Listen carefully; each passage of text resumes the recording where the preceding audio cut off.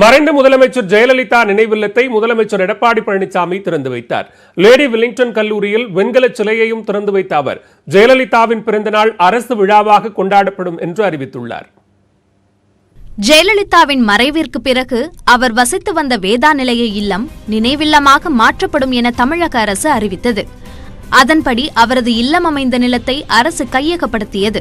வீடு முழுவதும் வர்ணம் தீட்டப்பட்டு ஜெயலலிதா பயன்படுத்திய பொருட்கள் அங்கு காட்சிப்படுத்தப்பட்டுள்ளன. பணிகள் நிறைவடைந்ததை அடுத்து வேதா நினைவில்லத்தை முதலமைச்சர் எடப்பாடி பழனிசாமி வியாழக்கிழமை காலை திறந்து வைத்தார்.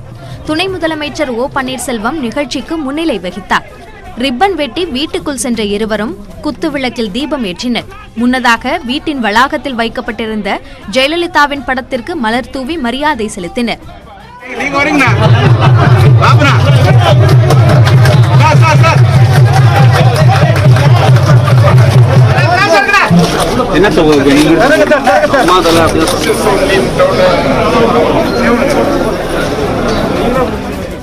இதனைத் தொடர்ந்து சென்னை காமராஜர் சாலையில் உள்ள லேடி வில்லிங்டன் கல்லூரி வளாகத்தில் அமைக்கப்பட்டுள்ள ஜெயலலிதாவின் 9 அடி உயர வெண்கல சிலையை முதலமைச்சர் எடப்பாடி பழனிசாமி திறந்து வைத்தார்.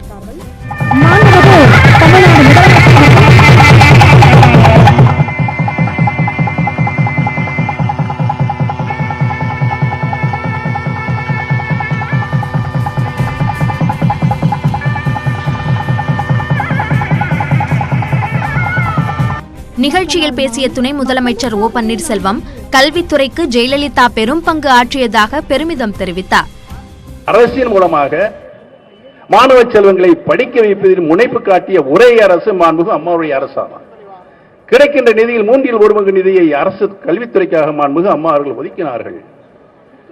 ஆரம்ப கல்வியிலிருந்து உயர்கல்வி வரை இலவச கல்வி, இலவச பாட புத்தகங்கள், இலவச சீருடை, வருடத்திற்கு 4 இலவச காலனி, இலவச சைக்கிள், பார்த்து வருஷத்துக்கு 16 வகையான கல்வி உபகரணங்களை மாணவ செல்வங்கள் திருக்கரங்களை கொடுத்து படிக்க வைத்து. அவரை தொடர்ந்து பேசிய முதலமைச்சர் பழனிசாமி ஜெயலலிதா ஆட்சி காலத்தில் செயல்படுத்திய பல்வேறு சாதனை திட்டங்களை பட்டியலிட்டார். அவரது வழியிலேயே அதிமுக அரசு தற்போதும் செயல்பட்டு வருவதாக குறிப்பிட்ட முதலமைச்சர் இனி ஜெயலலிதாவின் பிறந்த நாள் ஆண்டுதோறும் அரசு விழாவாக கொண்டாடப்படும் எனவும் அறிவித்தார். ஒவ்வொரு ஆண்டும் புரட்சித் தலைவி அம்மாவுக்கு பெருமை சேர்க்கின்ற விதமாக அரசு விழா, அம்மாவுடைய பிறந்தநாள் விழாவை அரசு விழாவாக கொண்டாடப்படும் என்பதை இந்த நேரத்தில் தெரிவிக்க விரும்புகின்றேன். அது சமயம் இதயம் புரட்சித் தலைவி அம்மாவுடைய வளாகத்தில் இன்று நிறுவப்பட்ட அம்மா அவர்களது சிலைக்கு அரசின் சார்பாக ஒவ்வொரு ஆண்டும் மாலை அணிவித்து மரியாதை செலுத்தப்படும் அரசின் சார்பாக. இதையடுத்து ஜெயலலிதாவின் சிலையை வடிவமைத்த ஸ்தபதிகளுக்கு பொன்னாடை அணிவித்து முதலமைச்சர் கௌரவித்தார். பொன்னாடை அணிவித்து கௌரவிக்கிறார் மாண்புமிகு தமிழ்நாடு முதலமைச்சர் அவர்கள். இதனிடையே விழாவில் பங்கேற்ற கல்லூரி மாணவிகள் முதலமைச்சர் எடப்பாடி பழனிசாமியுடன் செல்ஃபி எடுத்து மகிழ்ந்தனர். இறுதி செமஸ்டர் தேர்வில் அனைவருக்கும் தேர்ச்சி வழங்க வேண்டும் என்றும் மாணவிகள் கோரிக்கை விடுத்தனர். 3D பிரிண்டரில் ஜெயலலிதா சிலையின் மாதிரி வடிவமைக்கப்பட்டு அதன் பிறகு முழு உருவச்சிலை உருவாக்கப்பட்டதாக சிற்பி பேகன் தெரிவித்துள்ளார். 3D பிரிண்டிங் மூலமா அவுட்புட் எடுத்து அதிலிருந்து இந்த மோல்டு போட்டு அப்புறம் நாங்கள் இன்வெஸ்ட்மெண்ட் காஸ்டிங்கில் இந்த சிலையை செய்கிறோம். அந்த ஒரு நவீன உற்பத்தி முறை ஒன்றை நாங்கள் உருவாக்கியிருக்கிறோம். அதில் இப்போ இதை பொறுத்த வரைக்கும் நாங்கள் டிஜிட்டலாக ஸ்கல்ப் பண்ணலை. இங்கே எங்கள் டீமை சேர்ந்த கார்த்திக்னு சொல்லக்கூடிய அவர் சிற்பி, அவர் தான் எங்களுக்கு கிளே மாடல் பண்ணி கொடுத்தாரு. அதிலிருந்து அதை மெட்டலில் கொண்டு போகிறதுக்கு ப்ரிசிஷன் காஸ்டிங்கிற இதை பயன்படுத்துகிறோம். நாடாளுமன்ற பட்ஜெட் கூட்டத்தொடர் நாளை தொடங்குகிறது. கூட்டத்தில் குடியரசுத் தலைவர் நாளை உரையாற்றும் நிலையில் வேளாண் சட்டங்களுக்கு எதிர்ப்பு தெரிவித்து இதனை புறக்கணிக்க உள்ளதாக காங்கிரஸ், திமுக உள்ளிட்ட 16 எதிர்க்கட்சிகள் அறிவித்துள்ளன. நாடாளுமன்ற பட்ஜெட் கூட்டத்தொடர் வெள்ளிக்கிழமை தொடங்குகிறது. ஆண்டின் முதல் கூட்டத்தொடர் என்பதால் இரு அவைகளின் கூட்டத்தில் குடியரசுத் தலைவர் ராம்நாத் கோவிந்த் உரையாற்றவுள்ளார். பொருளாதார ஆய்வறிக்கை வெள்ளிக்கிழமை தாக்கல் செய்யப்படுகிறது. இதையடுத்து அடுத்த நிதியாண்டுக்கான பட்ஜெட்டை நிதியமைச்சர் நிர்மலா சீதாராமன் வரும் திங்கட்கிழமை தாக்கல் செய்யவுள்ளார். இந்த ஆண்டில் முதல் முறையாக காகிதமில்லாமல் டிஜிட்டல் முறையில் பட்ஜெட் தாக்கல் செய்யப்படுகிறது. இந்நிலையில் குடியரசுத் தலைவரின் உரையை புறக்கணிக்க உள்ளதாக 16 எதிர்க்கட்சிகள் கூட்டாக அறிவித்துள்ளன. காங்கிரஸ், திமுக, மதிமுக, இந்திய கம்யூனிஸ்ட், மார்க்சிஸ்ட் கம்யூனிஸ்ட், சிவசேனா உள்ளிட்ட கட்சிகள் இணைந்து வெளியிட்டுள்ள கூட்டறிக்கையில் மாநிலங்கள் மற்றும் விவசாய சங்கங்களுடன் ஆலோசனை நடத்தாமல் வேளாண் சட்டங்களை மத்திய அரசு நிறைவேற்றியுள்ளதாக தெரிவிக்கப்பட்டுள்ளது. இந்த சட்டங்களை நீக்காவிட்டால் தேசிய உணவு பாதுகாப்பு சீர்குலையும் என்றும் தெரிவிக்கப்பட்டுள்ளது. மேலும் டெல்லியில் நடந்த வன்முறை குறித்து நடுநிலையான விசாரணை நடத்தப்பட வேண்டும் என்றும் எதிர்க்கட்சிகள் வலியுறுத்தியுள்ளன. Today releasing the joint statement of 16 political parties. All the 16 political parties will remain absent tomorrow. Will not participate the joint address by Honorable President of India in the Central Hall, because we strongly believe that the government has miserably failed in handling the farmers' agitation and situation. இதனிடையே கேரளாவுக்கு 2 நாள் பயணம் மேற்கொண்ட காங்கிரஸ் முன்னாள் தலைவர் ராகுல் காந்தி தனது வயநாடு தொகுதியில் நடைபெற்ற கூட்டத்தில் பேசினார். அப்போது அவர் பெரும்பாலான விவசாயிகளுக்கு வேளாண் சட்டங்களில் உள்ள விவரங்கள் முழுமையாக தெரியாது என்று கூறினார். இதனை அனைத்து விவசாயிகளும் அறிந்து கொண்டிருந்தால் இந்தியா பற்று எரிந்திருக்கும் என்றும் ராகுல் காந்தி கூறினார். Most farmers do not actually understand the details of the bill, because if they did, there would be an agitation all across the country. The country would be on fire. Congress கொண்டு வந்த நிலம் கையகப்படுத்துதல் சட்டத்தை தடுக்க முடியாததால் மாநிலங்களில் நிறைவேற்ற வேண்டாம் என பாஜக ஆளும் மாநில முதலமைச்சர்களை மோடி கேட்டுக் கொண்டதாகவும் ராகுல் காந்தி குற்றம் சாட்டினார். இதனிடையே வேளாண் சட்டங்களை திரும்ப பெற வேண்டும் என்று வலியுறுத்தி மேற்கு வங்க சட்டப்பேரவையில் தீர்மானம் கொண்டுவரப்பட்டுள்ளது. இந்த தீர்மானத்திற்கு எதிர்ப்பு தெரிவித்து அமளியில் ஈடுபட்ட பாஜக உறுப்பினர்கள் வெளிநடப்பு செய்தனர். தொடர்ந்து விரைவுச் செய்திகளை பார்க்கலாம். தமிழக அமைச்சரவை கூட்டம் நாளை நடைபெறும் என்று அறிவிக்கப்பட்டுள்ளது. பிப்ரவரி 2ஆம் தேதி சட்டப்பேரவை கூட்டத்தொடர் தொடங்க உள்ள நிலையில் நாளை மாலை 4:30 மணிக்கு அமைச்சர்களுடன் முதலமைச்சர் ஆலோசனை நடத்துகிறார். கூட்டத்தில் இடைக்கால பட்ஜெட் மற்றும் அரசியல் விவகாரங்கள் தொடர்பாக ஆலோசிக்கப்படும் என தகவல்கள் வெளியாகியுள்ளன. சட்டமன்ற தேர்தல், சசிகலா விடுதலை போன்ற சூழல்களுக்கு மத்தியில் தமிழக அமைச்சரவை கூடுகிறது. சென்னை மாநகராட்சியின் சார்பில் ராணிமேரி கல்லூரி எதிரில் அமைக்கப்பட்டுள்ள நம்ம சென்னை அடையாள சிற்பத்தை முதலமைச்சர் எடப்பாடி பழனிசாமி திறந்து வைத்தார். பொதுமக்கள் செல்ஃபி எடுத்து சென்னை மீதான தங்களது அன்பை வெளிப்படுத்தும் விதமாக இந்த சிலை வடிவமைக்கப்பட்டுள்ளது. டெல்லி, ஐதராபாத் மற்றும் பெங்களூரு நகரங்களை தொடர்ந்து தமிழகத்திலும் 24 லட்சம் ரூபாய் செலவில் இந்த சிலை அமைக்கப்பட்டுள்ளது. இதேபோன்று இந்தியாவிலேயே முதன்முறையாக மிதிவண்டிகள் மற்றும் அடுத்த தலைமுறை மிதிவண்டிகளுக்கான திட்டத்தையும் முதலமைச்சர் தொடங்கி வைத்தார். மோட்டார் வாகனம் அல்லாத போக்குவரத்தை ஊக்குவிக்கும் விதமாக 5000 மிதிவண்டிகள் பயன்பாட்டிற்கு கொண்டு வர திட்டமிடப்பட்டுள்ளது. முதற்கட்டமாக 78 மிதிவண்டி நிலையங்களில் 500 மிதிவண்டிகள் பயன்பாட்டிற்கு கொண்டு வரப்பட்டுள்ளன. திருவண்ணாமலையில் வெள்ளிக்கிழமை பிரச்சாரத்தை தொடங்கும் திமுக தலைவர் மு.க. ஸ்டாலின் சென்னை மெரினாவில் பேரறிஞர் அண்ணா மற்றும் திமுக தலைவர் கருணாநிதி ஆகியோரின் நினைவிடங்களில் மரியாதை செலுத்தினார். உங்கள் தொகுதியில் ஸ்டாலின் என்று பெயரிடப்பட்ட பிரச்சாரத்தை திருவண்ணாமலையில் வெள்ளிக்கிழமை ஸ்டாலின் தொடங்க உள்ளார். 30 நாட்கள் வரை அவர் இப்பிரச்சார சுற்றுப்பயணத்தை மேற்கொள்கிறார். 234 தொகுதிகளுக்கும் செல்லும் வகையில் ஸ்டாலினின் பயண திட்டம் அமைக்கப்பட்டுள்ளது.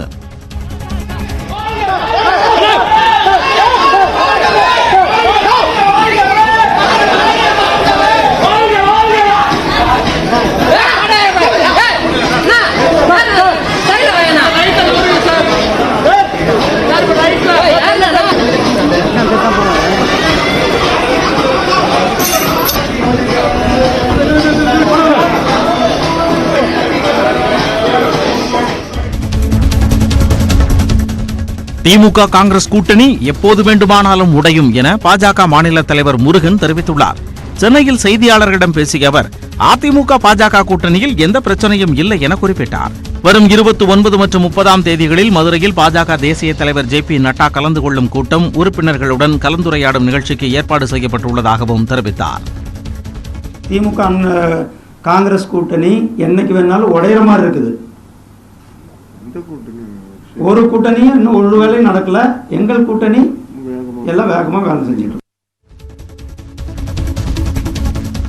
கடலூர் ராஜா முத்தையா மருத்துவக் கல்லூரி நிர்வாகம் முழுமையாக சுகாதாரத்துறை வசம் மாற்றப்பட்டுள்ளதாக தமிழக அரசு தெரிவித்துள்ளது. இது தொடர்பாக வெளியிடப்பட்டுள்ள அரசாணையில் அண்ணாமலை பல்கலைக்கழகத்தின் கீழ் இயங்கும் ராஜாமுத்தையா கல்லூரியை அரசே முழுமையாக ஏற்று நடத்தும் என 2020-21 நிதியாண்டு பட்ஜெட் தாக்கலின் போது நிதியமைச்சர் பன்னீர்செல்வம் தெரிவித்திருந்தார். மேலும் அதுவே கடலூர் மாவட்டத்திற்கான அரசு மருத்துவக் கல்லூரியாகவும் செயல்படும் எனவும் பன்னீர்செல்வம் கூறியிருந்தார். அதன்படி ராஜாமுத்தையா மருத்துவக் கல்லூரி, ராணி மெய்யம்மை செவிலியர் கல்லூரி உள்ளிட்டவை சுகாதாரத்துறை வசம் மாற்றப்பட்டுள்ளதாக அரசாணையில் கூறப்பட்டுள்ளது. இதற்கான இழப்பீட்டுத் தொகை அண்ணாமலை பல்கலைக்கு வழங்கப்படும் எனவும் கட்டணங்கள், இடங்கள் உள்ளிட்ட விவரங்கள் குறித்து தனியாக அறிவிக்கப்படும் எனவும் அந்த அரசாணையில் குறிப்பிடப்பட்டுள்ளது. உதகையில் யானை மீது தீ வைத்த விவகாரத்தின் எதிரொலியாக மசனக்குடியில் உள்ள 55 தனியார் விடுதிகள் மூடப்பட்டுள்ளன. மசனக்குடி அருகே அனுமதியின்றி செயல்பட்ட தனியார் தங்கும் விடுதிக்குள் நுழைந்த யானை மீது ஊழியர்கள் தீ வைத்தனர். கடந்த 19ஆம் தேதி அந்த யானை உயிரிழந்த நிலையில் சம்பந்தப்பட்ட விடுதிக்கு சீல் வைக்கப்பட்டு 2 பேர் கைது செய்யப்பட்டனர். மேலும் இந்த சம்பவத்தில் தொடர்புள்ள ரிக்கி ரயான் என்பவரை வனத்துறையினர் தேடி வருகின்றனர். இந்நிலையில் மசனக்குடி பகுதியில் குடியிருப்புக்கான அனுமதியை பெற்று பலர் வணிக ரீதியில் கட்டடங்களை கட்ட பயன்படுத்தி வந்தது கண்டுபிடிக்கப்பட்டுள்ளது. ஆச்சக்கரை, மாவனல்லா உள்ளிட்ட பகுதிகளில் ஊராட்சி நிர்வாகம் எடுத்த நடவடிக்கையால் அனுமதியின்றி செயல்பட்ட 55 விடுதிகள் மூடப்பட்டுள்ளன. கொரோனா தடுப்பூசியை செலுத்திக் கொள்வதில் தமிழகம் பின்தங்கியுள்ளதாக மத்திய சுகாதாரத்துறை அமைச்சகம் புள்ளி விவரம் காட்டுகிறது. கடந்த 16ஆம் தேதி முதல் நாடு முழுக்க முன்களப் பணியாளர்களுக்கு கொரோனா தடுப்பூசி செலுத்தப்பட்டு வருகிறது. இந்நிலையில் மாநில வாரியான பட்டியலை மத்திய அரசு வெளியிட்டுள்ளது. அதன்படி கர்நாடகம், மத்திய பிரதேசம், ஆந்திரா உள்ளிட்ட மாநிலங்களில் 35 விழுக்காடு முன்களப் பணியாளர்கள் தடுப்பூசியை போட்டுக் கொண்டனர். ஆனால் தமிழகம் மற்றும் டெல்லியில் இதுவரை 1.7 விழுக்காடு மட்டுமே தடுப்பூசி போடப்பட்டுள்ளது. தமிழகத்தில் பெருநகரங்களில் அதிகமாகவும் பிற மாவட்டங்களில் குறைவாகவும் கொரோனா தடுப்பூசியை முன்களப் பணியாளர்கள் போட்டுக் கொள்கின்றனர். நடப்பு கல்வியாண்டு சிபிஎஸ்இ பாடத்திட்டத்தின் 10 மற்றும் 12ஆம் வகுப்பு பொதுத் தேர்வுகளுக்கான அட்டவணை வரும் 2ஆம் தேதி வெளியிடப்பட உள்ளதாக மத்திய கல்வி அமைச்சர் ரமேஷ் பொக்ரியால் அறிவித்துள்ளார். சிபிஎஸ்இ பள்ளிகளின் தலைமை நிர்வாகிகளுடன் காணொலியில் கலந்துரையாடிய அவர் புதிய கல்விக் கொள்கைகள் குறித்தும் விளக்கினார். மேலும் கடந்த 45 ஆண்டுகளில் சிபிஎஸ்இ பள்ளிகளில் படித்த மாணவர்களின் அனைத்து தரவுகளும் டிஜிட்டல் மயமாக்கப்படும் என்றும் அறிவித்தார். நடப்பு கல்வியாண்டின் பொதுத் தேர்வு அட்டவணை சிபிஎஸ்இ இணையதளத்தில் வெளியாகும் என்றும் கூறினார். கொரோனா காரணமாக 9 முதல் 12ஆம் வகுப்பு வரையில் உள்ள சிபிஎஸ்இ மாணவர்களுக்கு 30 விழுக்காடு பாடங்கள் குறைக்கப்பட்டுள்ளது குறிப்பிடத்தக்கது. உலகின் 5வது வலுவான பிராண்டாக ஜியோ உள்ளதாக பிராண்ட் பினான்ஸ் என்ற சர்வதேச நிறுவனம் மதிப்பிட்டுள்ளது. அந்நிறுவனம் வெளியிட்டுள்ள பட்டியலில் சீனாவின் WeChat முதலிடம் பிடித்துள்ளது. இத்தாலியின் ஃபெராரிக்கு 2ஆம் இடமும், ரஷ்யாவின் எஸ்பெர் நிறுவனத்திற்கு 3ஆம் இடமும், அமெரிக்காவின் கோகோகோலா நிறுவனத்திற்கு 4வது இடமும், ஜியோவிற்கு 5வது இடமும் கிடைத்துள்ளது. 2016இல் ஆரம்பிக்கப்பட்ட ஜியோ நிறுவனம் உலகின் முன்னணி நிறுவனங்களான அமேசான், ஆப்பிள், டிஸ்னி நிறுவனங்களை விட வலுவான பிராண்ட் என்று மதிப்பிடப்பட்டுள்ளது. பிராண்ட் பினான்ஸ் நிறுவனம் ஜியோவுக்கு 100க்கு 91.7 புள்ளிகளையும், தரத்தின் அடிப்படையில் AAA+ என்ற மதிப்பையும் அளித்துள்ளது. உலகின் வலுவான டாப் 10 பிராண்டுகளில் இடம் பிடித்துள்ள ஒரே இந்திய நிறுவனம் ஜியோ என்பது குறிப்பிடத்தக்கது. தொலைக்காட்சி தொடர்களில் நடிப்பதை நிறுத்திக் கொண்டு முழு நேர அரசியலில் ஈடுபட உள்ளதாக ராதிகா சரத்குமார் தெரிவித்துள்ளார். திருப்பத்தூர் மாவட்டம் வாணியம்பாடியில் சமத்துவ மக்கள் கட்சி ஆலோசனைக் கூட்டம் நடைபெற்றது. இதில் கட்சியின் தலைவர் சரத்குமார், அவரது மனைவி ராதிகா ஆகியோர் கலந்து கொண்டனர். கூட்டத்தில் பேசிய ராதிகா 2021ஆம் ஆண்டு நல்ல மாற்றத்தை உருவாக்க வேண்டும் என்றும் அதற்காக ஒருங்கிணைந்து செயல்பட வேண்டும் எனவும் கேட்டுக் கொண்டார்.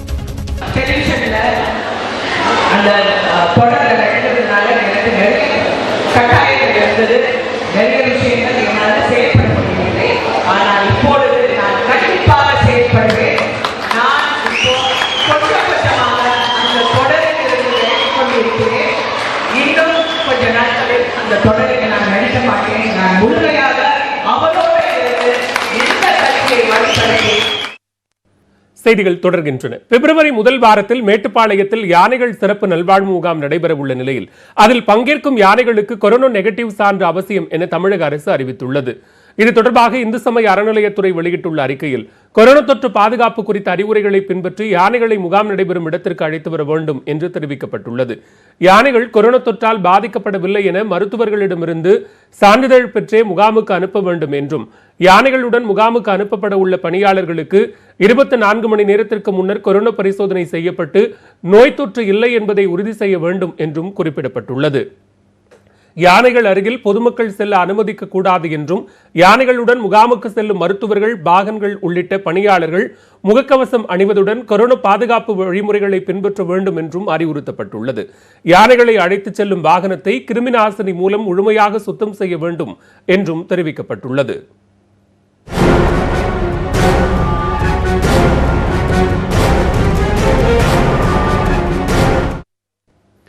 டெல்லியில் நடந்த வன்முறை குறித்து விளக்கம் அளிக்குமாறு 20க்கும் மேற்பட்ட விவசாய சங்க தலைவர்களுக்கு டெல்லி போலீசார் நோட்டீஸ் அனுப்பியுள்ளனர். மற்ற விவசாயிகள் வெளிநாடு செல்வதை தடுக்க லுக் அவுட் சுற்றறிக்கை பிறப்பிக்கப்பட்டுள்ளது. வேளாண் சட்டங்களுக்கு எதிராக போராட்டம் நடத்தி வரும் விவசாயிகள் குடியரசு தினத்தன்று டெல்லியில் டிராக்டர் பேரணி நடத்தினர். அப்போது போலீசாருக்கும் விவசாயிகளுக்கும் இடையே கடும் மோதல் ஏற்பட்டது. வன்முறைக்கு மத்தியில் செங்கோட்டையில் சீக்கியர்களின் கொடி ஏற்றப்பட்டதால் சர்ச்சை ஏற்பட்டுள்ளது.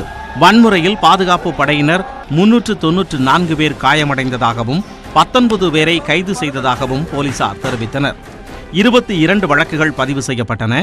செங்கோட்டையில் கொடியை ஏற்றிய பஞ்சாபி நடிகர் தீப் சித்து, லக்கா சாதனா ஆகியோர் மீதும் வழக்கு பதிவு செய்யப்பட்டுள்ளது. இந்நிலையில் டிராக்டர் பேரணி தொடர்பாக போலீசாருடன் மேற்கொண்ட உடன்பாட்டை மீறியதாக யோகேந்திர யாதவ், பல்தேவ் சிங் சிர்சா உள்ளிட்ட 20க்கும் மேற்பட்ட விவசாய சங்க தலைவர்களுக்கு நோட்டீஸ் அனுப்பப்பட்டுள்ளது. அதில் உடன்பாட்டை மீறியதற்காக ஏன் சட்ட நடவடிக்கை எடுக்கக்கூடாது என்பது குறித்து 3 நாட்களுக்குள் பதிலளிக்குமாறு போலீசார் உத்தரவிட்டுள்ளனர். இதேபோல மற்ற விவசாயிகளை கண்டறிய லுக் அவுட் சுற்றறிக்கை பிறப்பிக்கப்பட்டுள்ளது.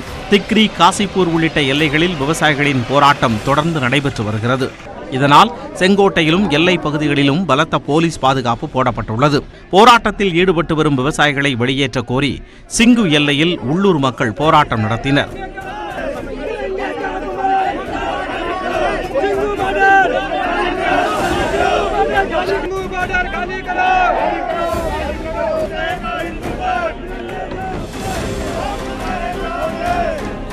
வன்முறையில் காயமடைந்து டெல்லியில் உள்ள சஸ்ரத் விபத்து சிகிச்சை மையம், தீரத் ராம் மருத்துவமனை ஆகியவற்றில் சிகிச்சை பெற்று வரும் போலீசாரை மத்திய உள்துறை அமைச்சர் அமித்ஷா சந்தித்து நலம் விசாரித்தார்.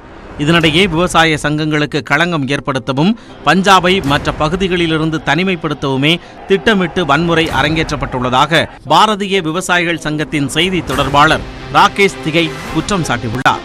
முன்னதாக வன்முறை விவகாரத்தில் உளவுத்துறை தோல்வியடைந்து விட்டதாக குற்றம் சாட்டப்படும் நிலையில் இந்த மாதத்தின் முதல் வாரத்திலேயே உயர்மட்ட ஆலோசனை நடத்தப்பட்டதாக கூறப்படுகிறது. காலிஸ்தான் கொடியை செங்கோட்டையில் ஏற்ற தடை செய்யப்பட்ட SFJ என்ற அமைப்பு திட்டமிட்டுள்ளது குறித்து விவாதிக்கப்பட்டதாக தகவல்கள் தெரிவிக்கின்றன. போராட்டத்தின் போது காயமடைந்த காவல்துறையினரை சந்தித்து உள்துறை அமைச்சர் அமித்ஷா ஆறுதல் கூறினார். இதனிடையே காசிப்பூர் எல்லையில் போராட்டத்தில் ஈடுபட்டுள்ள விவசாயிகளை உடனடியாக வெளியேறுமாறு காசியாபாத் மாவட்ட ஆட்சியர் உத்தரவிட்டுள்ளார். உடனடியாக வெளியேறாவிட்டால் கட்டாயப்படுத்தி வெளியேற்ற நேரிடும் என்று மாவட்ட ஆட்சியர் எச்சரிக்கை விடுத்துள்ளார். இந்திய எல்லை மற்றும் கடலோர பகுதிகளில் NCC மாணவர்களை பணிகளில் ஈடுபடுத்த நடவடிக்கை எடுக்கப்பட்டு வருவதாக பிரதமர் மோடி தெரிவித்துள்ளார். டெல்லியில் உள்ள காரியப்பா மைதானத்தில் தேசிய மாணவர் படை சார்பில் நடைபெற்ற விழாவில் பிரதமர் மோடி கலந்து கொண்டார். விழாவில் பாதுகாப்புத்துறை அமைச்சர் ராஜ்நாத் சிங், முப்படையின் தலைமை தளபதி பிபின் ராவத் மற்றும் முப்படை தளபதிகளும் பங்கேற்றனர். பல்வேறு மாநிலங்களிலிருந்து வந்த NCC மாணவர்களின் அணிவகுப்பு மரியாதையை பிரதமர் மோடி ஏற்றுக்கொண்டார்.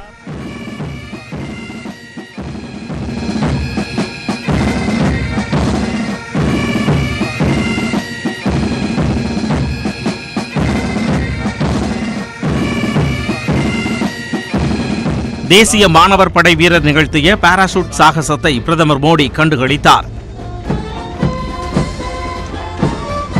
Well, that's parasailing in action for you as we see Sergeant Jatin getting airborne, and a round of applause here from the Prime Minister. NCC மாணவர்கள் சமூகத்திற்கு ஆற்றிய சேவைகளை அடையாளப்படுத்தும் வகையில் வடிவமைக்கப்பட்ட வாகன பேரணி நடைபெற்றது. கொரோனா காலங்களில் NCC மாணவர்கள் ஆற்றிய சேவையும் அதில் இடம்பெற்றிருந்தது. भीषण संघर्षों एवं चुनौतियों is the enterprise class boat. Cadets ने अपनी इच्छा एवं निस्वार्थ भाव से विभिन्न तरीके से योगदान NCC to help in awareness of the vaccination program and the Vande Mataram போன்ற பல்வேறு பாடல்களுக்கு மாணவிகள் நடனமாடினர். பல்வேறு மொழிகள், கலாச்சாரம், பாரம்பரியத்தை பறைசாற்றும் கலை நிகழ்ச்சிகளும் நடைபெற்றன.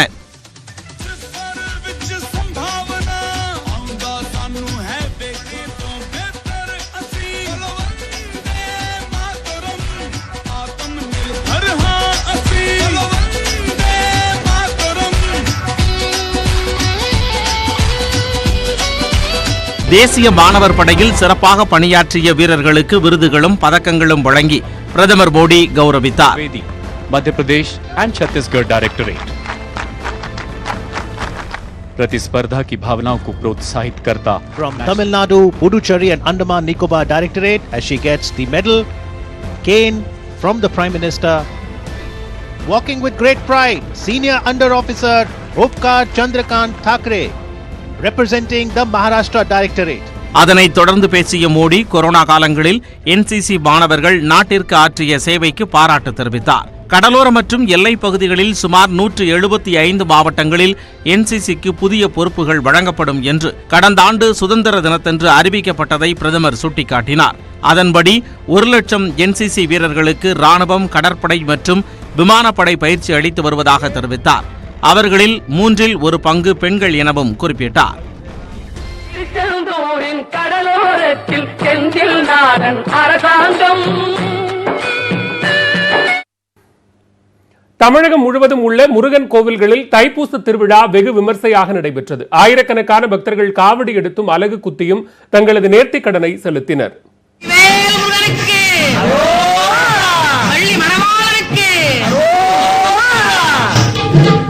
முருகனின் அறுபடை வீடுகளில் முதல் வீடான திருப்பரங்குன்றத்தில் தைப்பூசத்தையொட்டி ஏராளமான பக்தர்கள் சாமி தரிசனம் செய்தனர். பாத யாத்திரையாக வந்த பக்தர்கள் நீண்ட வரிசையில் காத்திருந்து அரோகரா கோஷத்துடன் முருகனை தரிசனம் செய்தனர். திருச்செந்தூரில் சுப்பிரமணிய சாமி கோயிலில் தைப்பூசத்தையொட்டி நடைபெற்ற சிறப்பு பூஜைகளில் ஆயிரக்கணக்கான பக்தர்கள் பங்கேற்று சாமி தரிசனம் செய்தனர். கையில் வேலுடன் பாத யாத்திரை சென்ற பக்தர்கள் ஆட்டம் பாட்டத்துடன் கொண்டாடினர்.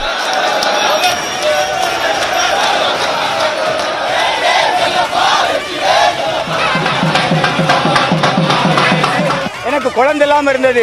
முருகன் அருளால 2 பையங்களும் ஒரு பொண்ணு தந்திருக்காரு. இந்த கடலில் வந்து குளிச்சா பிறகு தான் எனக்கு குழந்தை வர கிடைச்சது.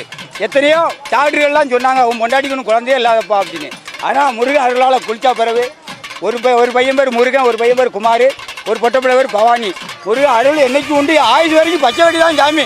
கஜால் முருகனுக்கு, கஜால் முருகனுக்கு. திண்டுக்கல் மாவட்டம் பழனி தண்டாயுதபாணி திருக்கோவிலில் ஏராளமான பக்தர்கள் காவடி தூக்கியும் வேல் குத்தியும் நேர்த்திக்கடனை நிறைவேற்றினர்.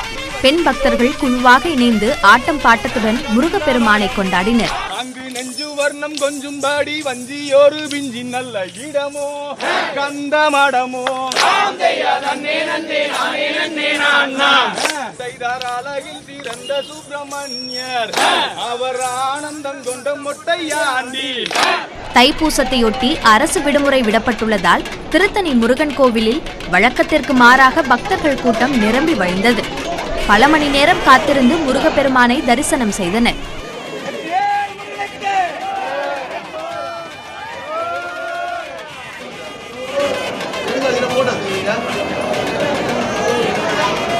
புதுச்சேரி செலிப்பட்டு கிராமத்தில் உள்ள சீர்சை செல்வ முருகன் கோயிலில் தைப்பூச திருவிழாவை முன்னிட்டு தீமிதி விழா நடைபெற்றது.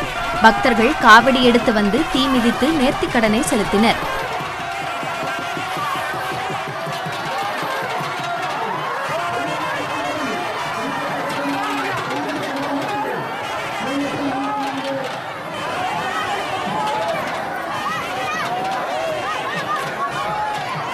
குமரி மாவட்டம் நாகர்கோவிலில் உள்ள நடராஜா கோவிலில் தைப்பூச தேரோட்டம் நடைபெற்றது. 4 மாட வீதிகளில் பக்தர்கள் வெள்ளத்தில் தேர் பவனி வந்தது.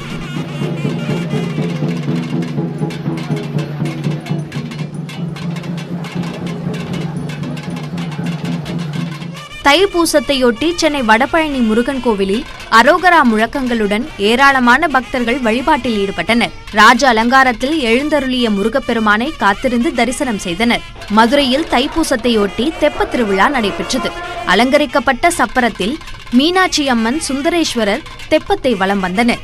தெப்பக்குளத்தை சுற்றி சுமார் 1.5 கிலோமீட்டர் தூரத்திற்கு பக்தர்கள் நீண்ட வரிசையில் காத்திருந்து வழிபாடு நடத்தினர். தெப்பத்திருவிழா பார்க்க எல்லாருக்கும் கண்கொள்ளா காட்சியா இருக்கு. மனசு நிறைவா இருக்கு. அது நிறைஞ்சது மாதிரி எல்லாரோட வாழ்க்கை சிறப்பா நிறைவா இருக்கும். அது கண்கூடா எல்லாருமே பார்க்கலாம். தைப்பூசத்தை முன்னிட்டு வடலூரில் வள்ளலார் நிறுவிய சத்தியஞான சபையில் 7 திரைகளை விளக்கி நடைபெற்ற 150வது ஆண்டு ஜோதி தரிசன விழாவில் ஆயிரக்கணக்கான பக்தர்கள் கலந்து கொண்டு தரிசனம் செய்தனர்.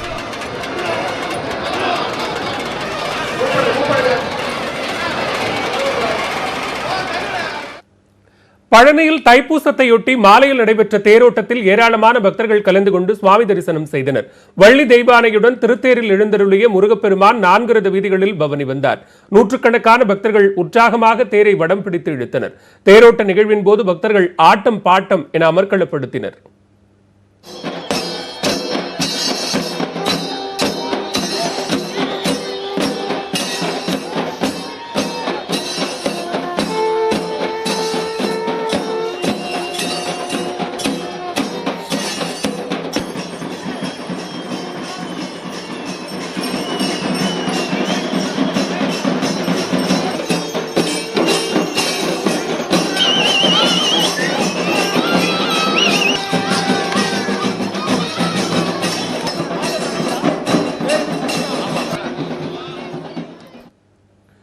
சீர்காழி இரட்டை கொலை வழக்கில் என்கவுண்டர் நடைபெற்ற இடத்தில் நீதிபதிகள் ஆய்வு நடத்தினர். கைது செய்யப்பட்டவர்களிடமிருந்து பறிமுதல் செய்யப்பட்ட நகைகளை காவல்துறையினர் காட்சிப்படுத்தினர். சீர்காழி ரயில்வே ரோட்டில் வசித்து வந்த தன்ராஜ் என்ற நகைக்கடை அதிபரின் வீட்டில் நுழைந்த மர்ம நபர்கள் 12 கிலோ தங்க நகை மற்றும் 3,95,000 ரொக்கத்தை கொள்ளையடித்து சென்றனர். அப்போது தன்ராஜின் மனைவி ஆஷா மற்றும் மகன் அகிலை கழுத்தை அறுத்து கொலை செய்தனர். இந்த இரட்டை கொலை தொடர்பாக ராஜஸ்தானைச் சேர்ந்த ரமேஷ் பட்டேல், கருணாராம், மணிஷ், மணிபால் சிங் உள்ளிட்ட நபர்களை போலீசார் கைது செய்தனர். கைது நடவடிக்கையின் போது போலீசாரை தாக்கி தப்பியோட முயன்ற மணிபால் சிங் என்பவரை போலீசார் சுட்டதில் அவர் உயிரிழந்தார். அதனைத் தொடர்ந்து கைது செய்யப்பட்ட 3 பேரை வைத்தீஸ்வரன் கோவில் காவல் நிலையத்தில் வைத்து விசாரணை மேற்கொண்டனர். அமேசான் ஆப் மூலமாக பொம்மை துப்பாக்கி மற்றும் சிகரெட் பற்ற வைக்கும் லைட்டர் துப்பாக்கிகள் வாங்கி கொள்ளையர்கள் கொள்ளையை அரங்கேற்றியது விசாரணையில் தெரிய வந்துள்ளது.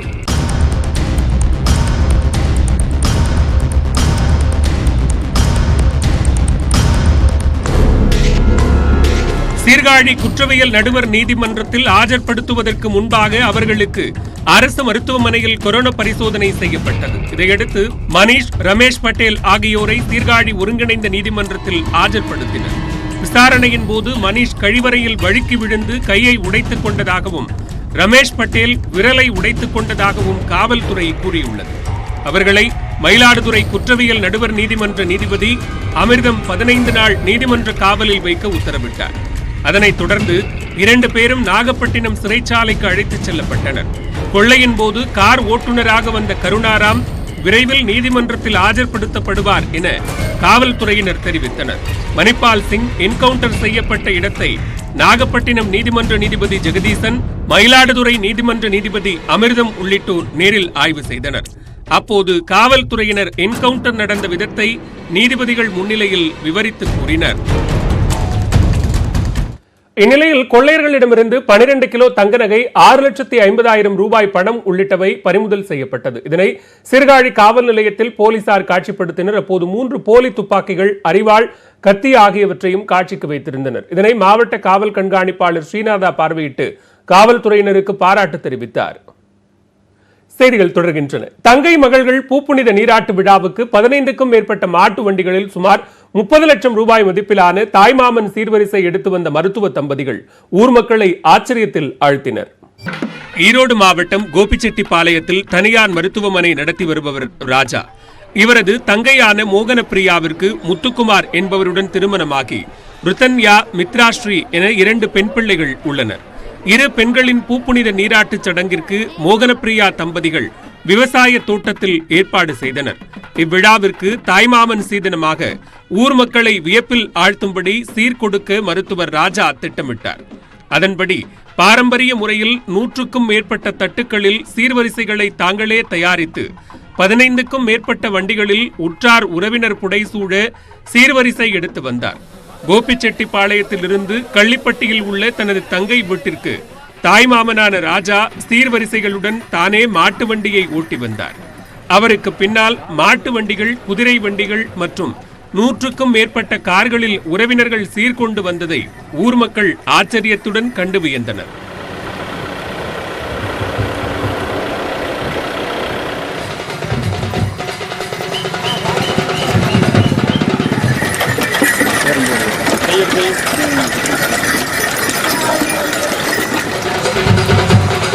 சடங்கு நடைபெறும் வீட்டில் பாரம்பரிய முறைப்படி தென்னை ஓலையில் வேயப்பட்ட குடிசை அழகுற வடிவமைக்கப்பட்டிருந்தது. குடிசைக்குள் ஓலையில் வேய்த அழகு பொருட்களும் நவதானியங்கள் அடங்கிய சீர்வரிசை தட்டுக்களும் பித்தளை பாத்திரங்களில் சமைக்கப்பட்ட பாரம்பரிய உணவு வகைகளும் அடுக்கி வைக்கப்பட்டிருந்தன. மேலும் காங்கேயம் காளைகள் உள்ளிட்ட நாட்டின மாடுகள் ஆடுகளின் கண்காட்சிக்கும் ஏற்பாடு செய்யப்பட்டிருந்தது.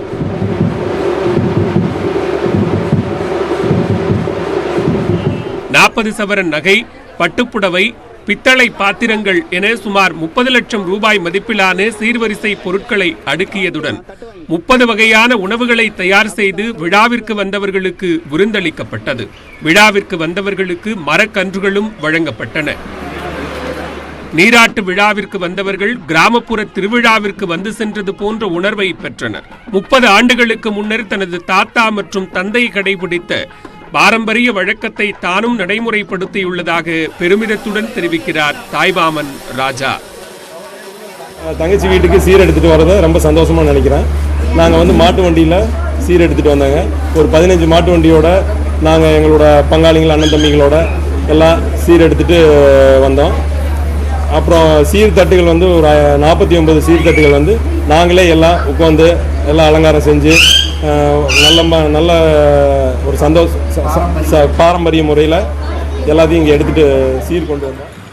தங்கை மகளுக்கு தாய்மாமன் சீர்கொடுக்கும் நிகழ்வு கால ஓட்டத்தில் படிப்படியாக மறக்கப்பட்டு வரும் நிலையில் அதனை மீண்டும் நினைவுபடுத்தும் விதமாக நடைபெற்ற நீராட்டு விழா ஈரோடு மாவட்ட மக்களை நெகிழ்ச்சியில் ஆழ்த்தியது. பப்ஜி விளையாட்டிற்கு மாற்றாக இந்தியாவிலேயே உருவாக்கப்பட்ட ஃபாஜி கேமுக்கு இதுவரை 5 லட்சத்திற்கும் அதிகமானோர் முன்பதிவு செய்துள்ளனர்.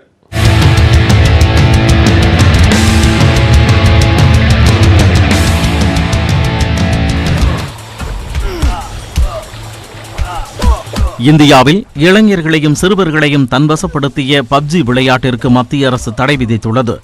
இந்நிலையில் வீடியோ கேம் மீது இந்திய இளைஞர்களுக்கு இருக்கும் அதீத மோகத்தை பயன்படுத்தி இந்திய ராணுவ வீரர்களின் பெருமையையும் தியாகத்தையும் அறிய வைக்கும் முயற்சியில் என்கோர் கேம்ஸ் நிறுவனம் இறங்கியுள்ளது. அதன்படி பப்ஜி கேமுக்கு மாற்றாக ஃபாஜி என்ற ஆன்லைன் விளையாட்டு குடியரசு தினத்தன்று அறிமுகப்படுத்தப்பட்டது.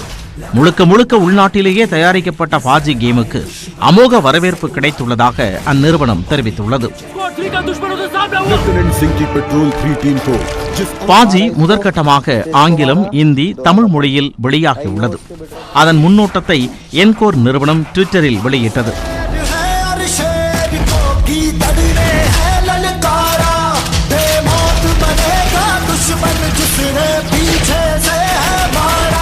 கார்பல் அகமது, எல்லையை கண்காணிங்க. அங்கிருந்த நம்ம தேசிய கொடியை காணோம். சார், அங்க பாருங்க, எதிரிங்க. அன்று அந்த இடத்தில் கல்வான் பள்ளத்தாக்கில் இந்திய ராணுவத்திற்கும் சீன ராணுவத்திற்கும் இடையே நடைபெற்ற மோதல் சம்பவம் முதல் அத்தியாயத்தில் இடம்பெற்றுள்ளது. எல்லையில் ஆயுதங்களின்றி எதிரிகளிடமிருந்து நாட்டை காப்பாற்றும் ராணுவ வீரர்களை மையமாக கொண்டு வீடியோ கேம் தயாரிக்கப்பட்டுள்ளது. உள்நாட்டு மற்றும் வெளிநாட்டு அச்சுறுத்தலை எதிர்கொள்வதில் இந்திய பாதுகாப்பு படையினர் சந்தித்த உண்மை சூழல்களை இந்த விளையாட்டு கொண்டுள்ளது. இதில் பங்கேற்பவர்கள் 5 பேர் குழுவாக இணைந்து செயல்பட்டு எதிரிகளை அழிக்கலாம் என்று தெரிவிக்கப்பட்டுள்ளது.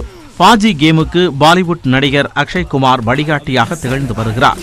ஆண்ட்ராய்டு பிளே ஸ்டோரில் இதுவரை 5 லட்சம் பேர் ஃபாஜி கேமுக்கு முன்பதிவு செய்துள்ளதாக அந்நிறுவனம் தெரிவித்துள்ளது. சென்னை கோயம்பேடு காய்கறி சந்தையில் கஞ்சா போதையில் இளைஞர் ஒருவர் மாமூல் கேட்டு சாலையில் வந்தவர்களை அரிவாளால் வெட்டிய பகீர் சம்பவம் நடந்துள்ளது. சம்பவத்தில் பதற வைக்கும் சிசிடிவி காட்சிகள் வெளியாகியுள்ளன.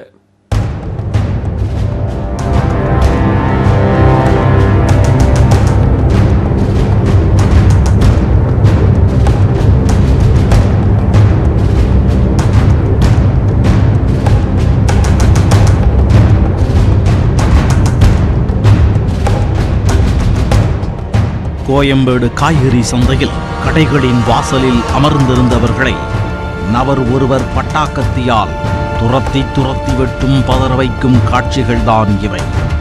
ரவுடி கைது செய்யப்பட்டுள்ள நிலையில் நடந்தது என்ன?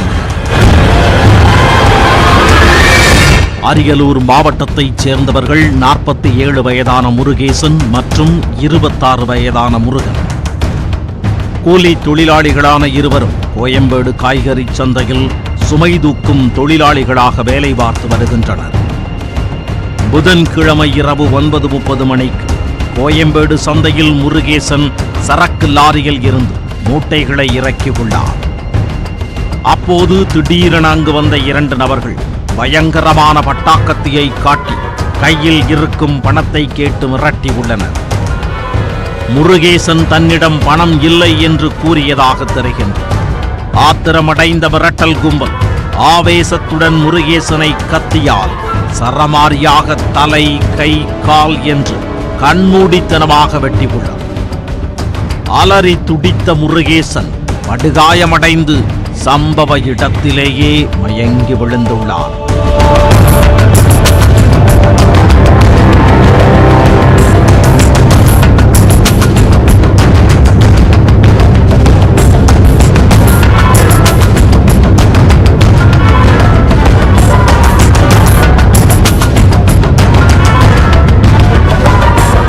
சம்பவத்தை பார்த்த அருகில் இருந்த கடை வியாபாரிகள் தொழிலாளர்களை தாக்கியவர்களை மடக்கி பிடித்ததில் சிக்கிய ஒருவரை கோயம்பேடு காவல் நிலையத்தில் ஒப்படைத்தனர். போலீசார் அவரிடம் நடத்திய விசாரணையில் பிடிபட்டவர் சென்னை வியாசர்பாடியைச் சேர்ந்த 37 வயது ராஜேஷ் என்று தெரிய வந்தது. இவர் மீது ஏற்கனவே கொலை முயற்சி, அடிதடி உள்ளிட்ட வழக்குகள் நிலுவையில் இருப்பதும் தெரிய வந்துள்ளது. கஞ்சா போதையில் மது வாங்கி குடிக்க நண்பருடன் சேர்ந்து கத்தியை காட்டி வழிப்பறியில் ஈடுபட்டது விசாரணையில் தெரிய வந்தது. ராஜேஷை கைது செய்த போலீசார் தப்பிச் சென்ற மற்றொரு குற்றவாளியை தேடி வருகின்றனர். கோயம்பேடு மார்க்கெட்டில் கூலி தொழிலாளியை ரவுடி சரமாரியாக வெட்டிய சம்பவம் பரபரப்பை ஏற்படுத்தியுள்ளது.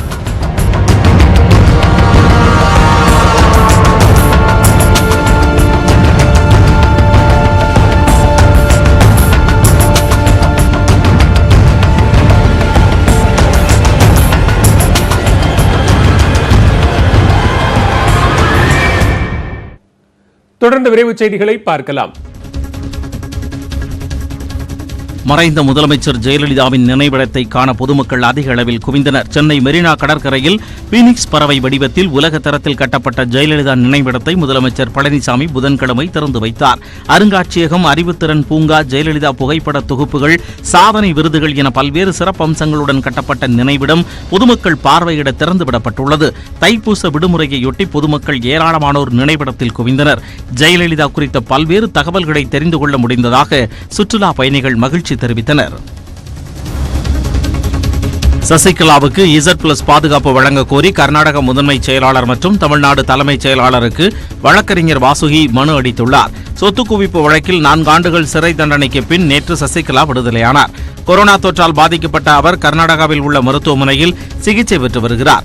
இந்த நிலையில் சசிகலாவுக்கு Z+ பாதுகாப்பு வழங்க கோரி வழக்கறிஞர் வாசுகி ஏற்கனவே மத்திய அரசிடம் மனு அளித்துள்ள நிலையில் இன்று கர்நாடக அரசின் முதன்மை செயலாளர் மற்றும் தமிழக தலைமைச் செயலாளர் சண்முகம் ஆகியோருக்கு இமெயில் மூலம் கோரிக்கை மனு அனுப்பியுள்ளார்.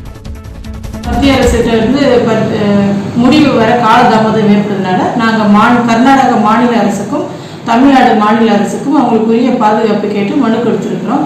இந்த மனு அவங்க உரிய நடவடிக்கை எடுப்பாங்கன்னு என்று நாங்கள் நம்புகிறோம். இதுலேயும் காலதாமதம் ஏற்படும் பட்சத்தில் எங்கள் சின்னம்மாவுக்கு உரிய பாதுகாப்பு நாங்கள் உயர்நீதிமன்றத்தை அணுக உள்ளோம். ஜனவரி 31ஆம் தேதி தமிழகம் முழுவதும் 43,000 இடங்களில் போலியோ சொட்டு மருந்து முகாம்கள் நடைபெறவுள்ளன. தமிழகத்தில் 5 வயதிற்கு உட்பட்ட 70,26,000 குழந்தைகளுக்கு சொட்டு மருந்து வழங்கப்பட உள்ளது. காலை 7 மணி முதல் மாலை 5 மணி வரை பேருந்து நிலையங்கள், ரயில் நிலையங்கள் உள்ளிட்ட இடங்களில் முகாம்கள் இயங்கும். போலியோ சொட்டு மருந்தை ஏற்கனவே எடுத்திருந்தாலும் மீண்டும் எடுத்துக் கொள்ள வேண்டும் என சுகாதாரத்துறை வலியுறுத்தியுள்ளது. மேலும் கொரோனா அறிகுறி உள்ள குழந்தைகள் போலியோ மருந்தை தவிர்க்கவும் சுகாதாரத்துறை அறிவுறுத்தியுள்ளது. ஞாயிற்றுக்கிழமை போலியோ சொட்டு மருந்து முகாம் நடைபெறுவதால் அன்று மட்டும் கொரோனா தடுப்பூசி போடப்படாது எனவும் தெரிவிக்கப்பட்டுள்ளது. கொரோனா ஊரடங்கால் நிறுத்தப்பட்ட நடமாடும் ரயில்வே கேட்டரிங் சேவையை மீண்டும் அனுமதிப்பது குறித்து 4 வாரங்களில் முடிவெடுக்க சென்னை உயர்நீதிமன்றம் உத்தரவிட்டுள்ளது. கொரோனா ஊரடங்கு காரணமாக கடந்த ஆண்டு ரயில் சேவை நிறுத்தப்பட்டதால் நடமாடும் உணவு வழங்கல் சேவையும் நிறுத்தப்பட்டது. இதற்கான ஒப்பந்தம் காலாவதியான நிலையில் புதிய ஒப்பந்த புள்ளிகள் கோரி இந்தியன் ரயில்வே டெண்டர் அறிவிப்பை வெளியிட்டுள்ளது. இதற்கு எதிர்ப்பு தெரிவித்து நடமாடும் உணவு வழங்குவோர் சங்கத்தின் சார்பில் சென்னை உயர்நீதிமன்றத்தில் வழக்கு தொடரப்பட்டது. இந்த மனு நீதிபதி அப்துல் குத்தூஸ் அமர்வில் விசாரணைக்கு வந்தது. அப்போது இந்தியன் ரயில்வே தரப்பில் ஆஜரான வழக்கறிஞர் புதிய டெண்டர் அறிவிப்பு சிறப்பு ரயில்களுக்கு மட்டுமே பொருந்தும் எனவும் வழக்கமான ரயில்களில் உணவு வழங்கலை அனுமதிப்பது தொடர்பாக மனுதாரர்களிடம் பேச்சுவார்த்தை நடத்த தயாராக உள்ளோம் எனவும் குறிப்பிட்டார். இதனை ஏற்ற நீதிபதி மீண்டும் சேவையை தொடங்குவது பற்றி 4 வாரங்களில் இந்தியன் ரயில்வே முடிவெடுக்க வேண்டும் என கூறி வழக்கை முடித்து வைத்து உத்தரவிட்டார். கன்னியாகுமரி மாவட்டம் மார்த்தாண்டம் அருகே தனியார் கல்லூரியில் புகுந்து பொருட்களை சூறையாடிய அடையாளம் தெரியாத நபர்கள் தாளாளரை சரமாரியாக தாக்கிய காட்சி வெளியாகியுள்ளது. மாமுட்டுக்கடை பகுதியில் பிரான்சிஸ் என்பவருக்கு சொந்தமான பள்ளி கல்லூரி செயல்பட்டு வருகிறது. இவருக்கும் விரிகோட்டை பகுதியைச் சேர்ந்த ரியல் எஸ்டேட் அதிபர் ஆனந்தராஜன் என்பவருக்கும் நிலப்பிரச்சனை உள்ளதாக கூறப்படுகிறது. இந்நிலையில் நேற்று 50 பேர் கொண்ட கும்பல் கல்லூரியில் புகுந்து அங்கிருந்த நாற்காலி, ஜன்னல், கதவு உள்ளிட்டவைகளை சேதப்படுத்தினர். மேலும் உரிமையாளர் பிரான்சிஸையும் கடுமையாக தாக்கினர். இது தொடர்பாக வழக்கு பதிவு செய்துள்ள போலீசார் விசாரணை மேற்கொண்டு வருகின்றனர். விவசாயிகளின் பல்வேறு கோரிக்கைகளை வலியுறுத்தி பிரபல சமூக செயற்பாட்டாளர் அண்ணா ஹசாரே வரும் 30ஆம் தேதி முதல் போராட்டம் நடத்த உள்ளார். ஆதரவாளர்கள் தத்தமது இடங்களில் இருந்தபடியே போராட்டம் நடத்த வேண்டும் என்று அவர் கேட்டுக் கொண்டுள்ளார். அண்மையில் நடந்த விவசாயிகள் டிராக்டர் பேரணியில் வன்முறை ஏற்பட்டதை கண்டித்த அண்ணா ஹசாரே, அரசியலமைப்பு சட்டம் போராட உரிமை அளித்துள்ளது, ஆனால் போராட்டம் என்ற பெயரில் வன்முறையில் ஈடுபடக்கூடாது என்றும் பொது சொத்துக்களுக்கு சேதம் ஏற்படுத்தக்கூடாது என்றும் தெரிவித்திருந்தார்.